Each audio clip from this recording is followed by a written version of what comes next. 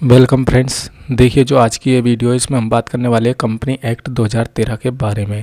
जो कंपनी अधिनियम 2013 है उसका वीडियो पार्ट नंबर यह 1 बनेगा। अब वीडियो पार्ट नंबर 2 भी हम इसके बाद में बनाएंगे, क्योंकि यह जो एक्ट है वह थोड़ा लंबा है। मतलब इसके अंदर हम बहुत कुछ बात करने वाले हैं। फ्रेंड्स, ये वीडियो पार्ट नंबर 1 को हम शुरू करते हैं। देखिए, कंपनी जो एक्ट 2013 की बात करें तो कंपनी एक्ट 2013 जो संसद में इस बिल को पेश किया गया था वो कंपनी बिल 2011 के नाम से पेश किया गया था। इसको लोकसभा से पास किया गया था 18 दिसंबर 2012 के दिन। वहीं इसको राज्यसभा से पास करने की बात करें तो यह पास किया गया था 8 अगस्त 2013 को। और इस तरह जब इसने लास्ट में राष्ट्रपति ने इस बिल पर सिग्नेचर किया 29 दिसंबर 2013 के दिन, और 30 अगस्त 2013 को यह बिल जो है लागू हो गया, अर्थात प्रभाव में आ गया। इस तरह कंपनी अधिनियम 2013 बनकर तैयार हुआ। अब कंपनी अधिनियम 2013 की बात करें तो भारतीय संसद द्वारा पारित यह एक अधिनियम है जिसमें कंपनी के निर्माण से लेकर और समाप्ति तक की जो है प्रतिक्रियाओं को इसमें समावेश किया गया है। यह अधिनियम जो की बात करें तो इसमें 470 धाराएं और 7 अनुसूची व 29 अध्याय शामिल हैं। इसके आगे हम बात करें तो देखिए फ्रेंड्स, कंपनी अधिनियम 2013 से पहले जो है एक और एक्ट चलता था, कंपनी अधिनियम 1956। और कंपनी अधिनियम 1956 की बात करें तो देखिए फ्रेंड्स, इससे पहले जो भारत के अंतर्गत चलता था वह 1956 अधिनियम चलता था कंपनियों के ऊपर। यह अधिनियम में बात करें तो 658 धाराएं थी, अर्थात नए जो अधिनियम है उससे 188 धाराएं अतिरिक्त थी इस 1956 अधिनियम के अंतर्गत। कंपनी अधिनियम 2013 में 188 धाराओं को हटा दिया गया है, और जो अतिरिक्त धाराएं थी उनको हटा दिया गया। बाकी जो धाराएं थी ना, उनमें कुछ में तो सुधार करके 2013 में यूं बहू डाल दिया, या कुछ में कुछ नियमों को हटा दिया, उनकी जगह बिल्कुल ही नए नियम डाल दिए गए, अर्थात रिप्लेसमेंट किया गया है कुछ न कुछ 1956 जो हमारा एक्ट था उसमें से 2013 के अंतर्गत। अब हम बात करते हैं कंपनी अधिनियम का मुख्य 2013 का जो लाने का मुख्य उद्देश्य क्या था। तो कंपनी अधिनियम 2013 को लाने का मुख्य उद्देश्य था कि कंपनी से संबंधित जो भी सभी कानून थे वो 1956 में थे, वो सही नहीं थे, मतलब कुछ कमियां थी अर्थात, और कुछ नए नियम भी जोड़ने थे। तो उनमें कुछ ज़्यादा ही डिफरेंस होने के कारण इनको एक जगह एकत्रित करने के कारण कंपनी अधिनियम में संशोधन करने की बजाय नया अधिनियम लेकर आया गया, और उस अधिनियम को 2013 नाम दिया गया, ताकि हम वैश्विक बाजार में कंपनियों की पहुंच को बढ़ा सके। जो एलपीजी की पॉलिसी आई थी, उस एलपीजी की पॉलिसी जो है 1956 वाले एक्ट जो था वह पूरी नहीं कर पा रहा था। इसलिए जो एलपीजी की पॉलिसी को भी इस 2013 जो कंपनी थे अधिनियम है उसमें शामिल करके एक नए और उन एलपीजी की पॉलिसी को ध्यान में रखते हुए एक नया एक्ट बनाया गया, और जिसका नाम 2013 रखा गया।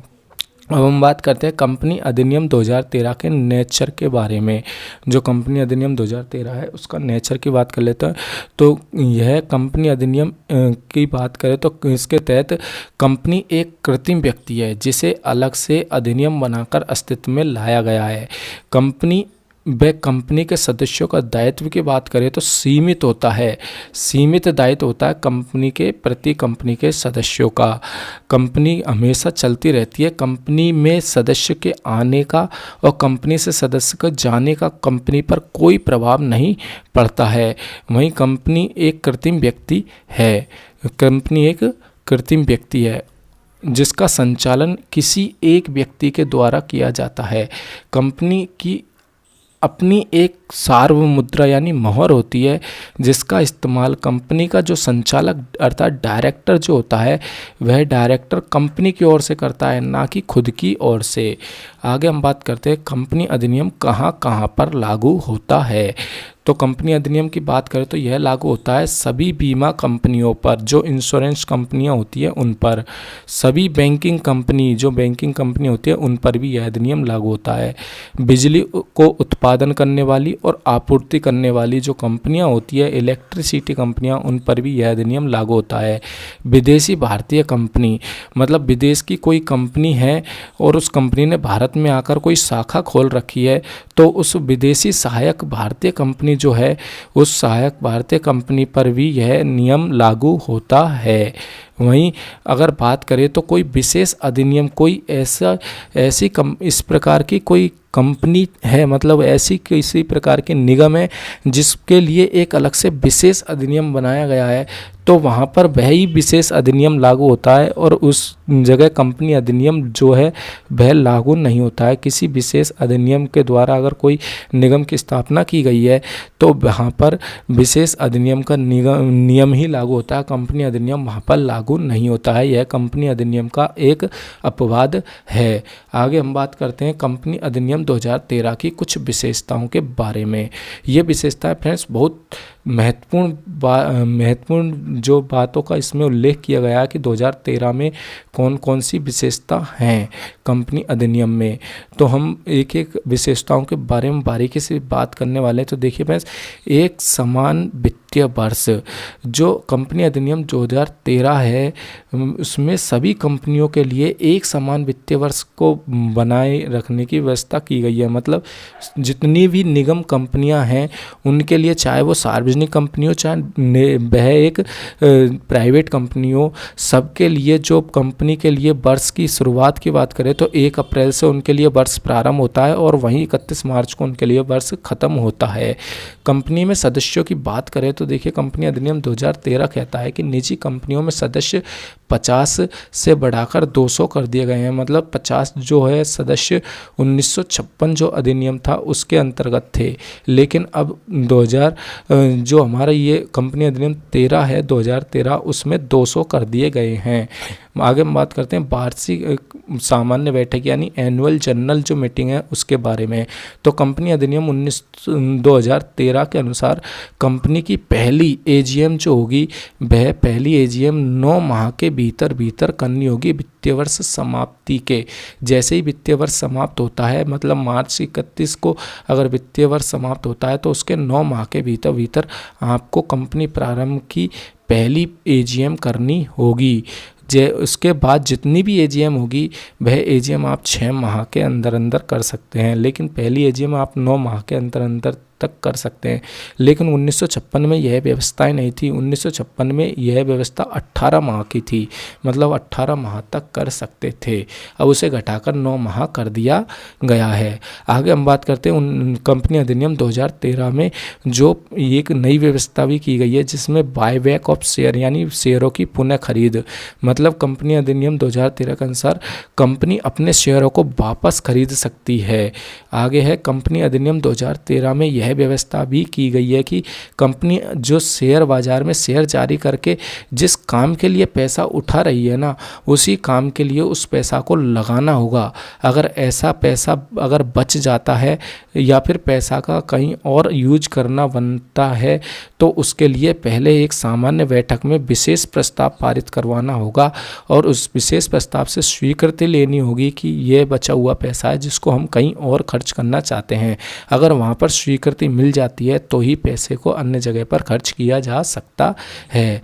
आगे है कंपनी अधिनियम 2013 जो है उसमें सभी जो खाते हैं वो इलेक्ट्रॉनिक फॉर्म में रखने के लिए कहा गया है। मतलब पहले जो पुस्तकों में खाते रखे जाते थे अब पुस्तकों में खाते को नहीं रखा जाएगा। अब जो है खाते को इलेक्ट्रॉनिक फॉर्म में रखने की व्यवस्था की गई है। अब कंपनी अधिनियम 2013 के अंतर्गत एक महिला निर्देशक का रखना अनिवार्य है। मतलब एक कंपनी के अंदर जो डायरेक्टर होते हैं वो मिनिमम अधिकतम डायरेक्टर की बात करें तो 15 डायरेक्टर हो सकते हैं एक कंपनी के अंतर्गत, लेकिन उनमें से एक जो डायरेक्टर होगा वो महिला होगी, मतलब एक महिला डायरेक्टर का रखना अनिवार्य है। यहाँ पर कंपनी अधिनियम 2013 के जो अंतर्गत इस प्रकार की व्यवस्था की गई है। वहीं पर हम बात करें तो एक जो डायरेक्टर होगा वह एक डायरेक्टर अधिकतम 20 कंपनियों का डायरेक्टर बन सकता है, लेकिन एक जो डायरेक्टर अगर सार्वजनिक कंपनी का डायरेक्टर बनने जा रहा है तो वह अधिकतम 10 ही कंपनियों का डायरेक्टर हो सकता है। कंपनी अधिनियम 2013 के अनुसार अगर कोई कंपनी का डायरेक्टर कंपनी को इस्तीफा देना चाहता है तो वे इस्तीफा देना चाहता है या दे दिया है तो जिस दिन उसने इस्तीफा दिया है ना उसके 30 दिनों के भीतर उसको अपने इस्तीफा की एक प्रति कॉपी है जो कंपनी रजिस्ट्रार के पास भेजना अनिवार्य है। इस प्रकार की व्यवस्था भी कंपनी अधिनियम 2013 में की गई है। कंपनी अधिनियम 2013 के अनुसार प्रत्येक कंपनी के बोर्ड ऑफ डायरेक्टर यानी निर्देशक मंडल की जो साल में 4 बार बैठक करने की अनिवार्यता कर दी गई है, और जो प्रत्येक बैठक होगी उस प्रत्येक बैठक में कम से कम 120 दिन का अंतर होना चाहिए। मतलब जो 4 बैठक की जाएगी वो चारों बैठक में कम से कम 120 दिन का गैप होना चाहिए। आगे है कंपनी अधिनियम 2013 में कोई भी कंपनी अगर कंपनी अधिनियम 2013 के उल्लंघन का 13 के जो नियम है उनका अगर उल्लंघन करती है तो उनके लिए सजा का प्रावधान भी कंपनी अधिनियम 2013 में स्पष्ट रूप से कर दिया है। कंपनी अधिनियम 2013 में ओपीसी जो 1 पर्सन कंपनी है उसकी व्यवस्था भी की गई है। यह एक व्यक्ति कंपनी होती है जिसका में अगर डायरेक्टर की संख्या की बात करें तो उसमें डायरेक्टर एक और अधिकतम डायरेक्टर की बात करें तो अधिकतम 7 डायरेक्टर इस प्रकार की कंपनी में हो सकते हैं 1 पर्सन कंपनी में। ओपीसी की बात करें तो ओपीसी सामान्यतः तो एक प्राइवेट कंपनी ही होती है। अब हम बात कर लेते हैं कंपनियों का वर्गीकरण के बारे में। देखिए फ्रेंड्स, कंपनियों का वर्गीकरण की बात करें तो कंपनियों का वर्गीकरण कंपनी अधिनियम 2013 के अनुसार तो वैसे तो 3 प्रकार की से ही किया गया है कंपनियों का वर्गीकरण, लेकिन जो कंपनी का वर्गीकरण के अलावा हम कुछ और वर्गीकरण के बारे में भी बात करने वाले हैं। कंपनियों के कुछ और प्रकार भी होते हैं, आइए सबको देखते हैं। तो कंपनी अधिनियम 2013 के अनुसार कंपनियों का वर्गीकरण की बात करें तो कंपनी अधिनियम 2013 के अनुसार कंपनियों का वर्गीकरण 3 प्रकार की कंपनी कौन कौन सी, एक तो होती है 1 व्यक्ति कंपनी, एक होती है सार्वजनिक कंपनी और एक निजी कंपनी। इन्हीं तीनों कंपनियों के अंतर्गत सभी प्रकार की कंपनी आ जाती है, चाहे वो भारतीय कंपनी हो, चाहे वो विदेशी कंपनी हो, चाहे वो सरकारी कंपनी हो, चाहे वह निजी कंपनी हो। हम सबसे पहले बात कर लेते हैं निजी यानी प्राइवेट कंपनी की। तो निजी कंपनियां वे कंपनियां होती हैं जिसके पास कानून द्वारा निर्धारित न्यूनतम प्रदत्त शेयर पूंजी होती है, साथ ही साथ उन कंपनियों में कम से कम 2 सदस्य और अधिकतम 200 सदस्य होते हैं, और जो जनता को कंपनी के शेयर और डिवेंचर ग्राहक बनने के लिए आमंत्रित नहीं करते हैं। फ्रेंड्स, इस बात को स्पष्ट रूप से ध्यान रखना, जो निजी कंपनियां होती है वो अपने शेयरों को जनता को खरीदने के लिए नहीं बोलता है स्पष्ट रूप से। ऐसी कंपनियां जो होती है ना वो निजी कंपनियां होती है। हम बात करते हैं सार्वजनिक कंपनी के, तो सार्वजनिक कंपनी यानी पब्लिक कंपनी। पब्लिक कंपनी वे कंपनी होती है, कंपनी का अर्थ ऐसी कंपनी से है जो निजी कंपनी तो है ही नहीं है, मतलब निजी कंपनियां पब्लिक कंपनी नहीं होती है, और कानून के द्वारा उनके पास न्यूनतम प्रदत्त शेयर पूंजी होती है। जो ये न्यूनतम प्रदत्त शेयर पूंजी एक कंपनी को अपने पास रखना आवश्यक है, जिसमें उसके अलावा इसमें न्यूनतम सदस्यों की बात करें तो इसमें न्यूनतम सदस्य 7 होते हैं और अधिकतम कोई सीमा नहीं है। और एक सार्वजनिक कंपनी की जो सहायक कंपनी होती है ना, उसकी ब्रांचेज जो कंपनियां होती है ना वो सार्वजनिक कंपनी ही कहलाती है। आगे हम बात करते हैं 1 व्यक्ति कंपनी यानी 1 पर्सन कंपनी की। तो 1 पर्सन व्यक्ति कंपनी की बात करें तो 1 पर्सन व्यक्ति कंपनी जो है फ्रेंड्स, इसका उल्लेख 1956 में नहीं था। 1956 में इस प्रकार की व्यवस्था नहीं की गई थी, लेकिन 2013 जो एक्ट है इसमें इस प्रकार की कंपनी की व्यवस्था की गई है।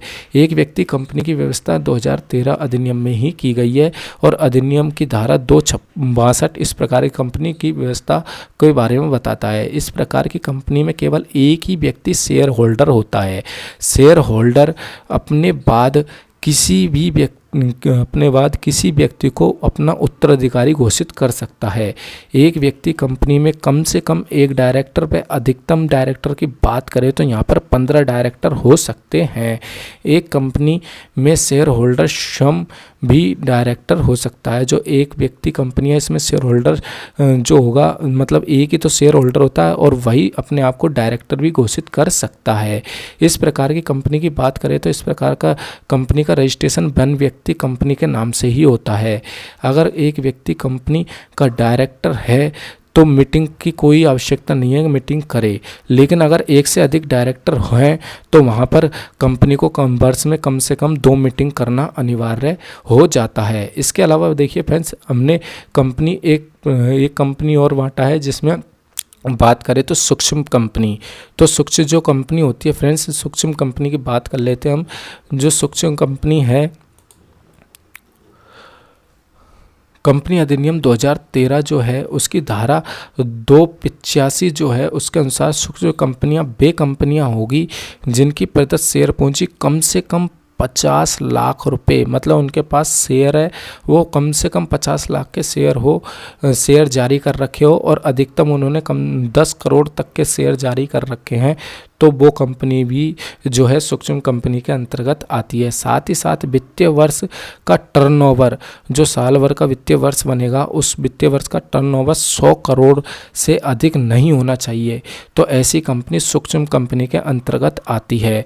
कुछ कंपनियां ऐसी है जो सूक्ष्म कंपनियों के अंतर्गत, चाहे उनके जो ये नियमों को फॉलो करती है, मतलब उनकी जो न्यूनतम शेयर पूंजी 50 लाख, अधिकतम शेयर पूंजी 10 करोड़ होने के बावजूद भी वो सूक्ष्म कंपनी नहीं कहला सकती।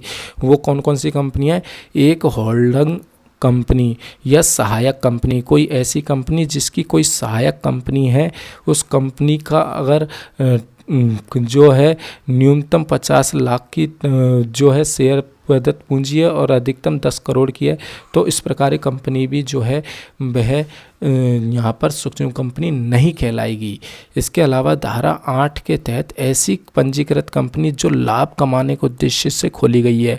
कुछ कंपनियाँ ऐसी होती है जो सिर्फ और सिर्फ उनका उद्देश्य लाभ कमाना नहीं होता है, तो लाभ कमाना नहीं होता ना, वह कंपनी जो है वो लाभ कमाने के पीछे नहीं भागती है, वह सिर्फ समाज के अपनी समाज मतलब जो पब्लिक सेक्टर, जो पब्लिक को सरकार की ओर से खोली जाती है ये कंपनियां, और पब्लिक को सुविधा उपलब्ध कराने के लिए खोली जाती हैं।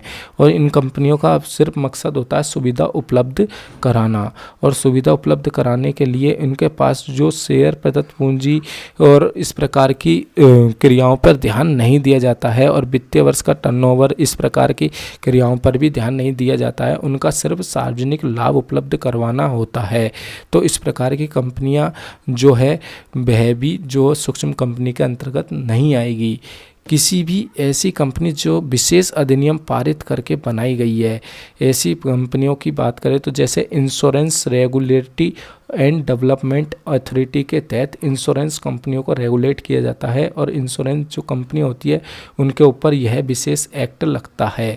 तो ये जो विशेष एक्ट लगता है तो उन पर कंपनी अधिनियम यह लागू भी नहीं होता और वो सूक्ष्म कंपनियों के अंतर्गत भी नहीं आती है। इस प्रकार की जो कंपनी होती है वो सूक्ष्म कंपनी होती है। अब हमारी लास्ट जो टॉपिक है आज की वीडियो का वह है निष्कासित कंपनी। निष्कासित यानी डोरमेट कंपनी। इस प्रकार कंपनी की बात करें तो कंपनी अधिनियम 2013 के अनुसार एक कंपनी तब निष्कासित कंपनी रहती है जब तक कि उसका कोई महत्वपूर्ण लेखांकन लेन देन नहीं हो। उस कंपनी को हम पंजीकरण लेकिन उसका पंजीकरण तो हो गया है। इसको फ्रेंड्स देखिए हम बात करते हैं, जैसे एक कंपनी है जो कंपनी का नाम मालिक ने अभी सोच लिया है और उसको डर है कि वह नाम की कोई और कंपनी न खोल ले। जैसे एक्स लिमिटेड की बात कर लेते हैं हम। एक्स लिमिटेड के नाम से उसने जो है नाम सोचा। अब उसको कंपनी खोलने का प्लान तो 5 वर्ष बाद है और उसने जो है कंपनी का रजिस्ट्रेशन आज ही करवा लिया है।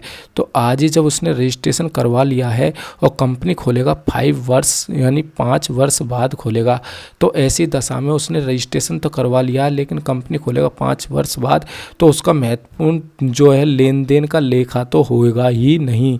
तो जब तक कंपनी का लेखा लेन देन का लेखा नहीं होता है तब तक वह कंपनी कौन सी कंपनी बनी रहेगी? निष्कासित कंपनी। और इस कंपनी का रजिस्ट्रेशन तो पहले ही हो चुका है। तो इस प्रकार से कंपनियों का वर्गीकरण किया जाता है। फ्रेंड्स, आई होप आपको ये वीडियो अच्छी लगी हो। वीडियो अच्छी लगी है तो लाइक कर देना, चैनल को सब्सक्राइब कर लेना। मिलते हैं आपको वीडियो पार्ट नंबर 2 में, तब तक के लिए धन्यवाद।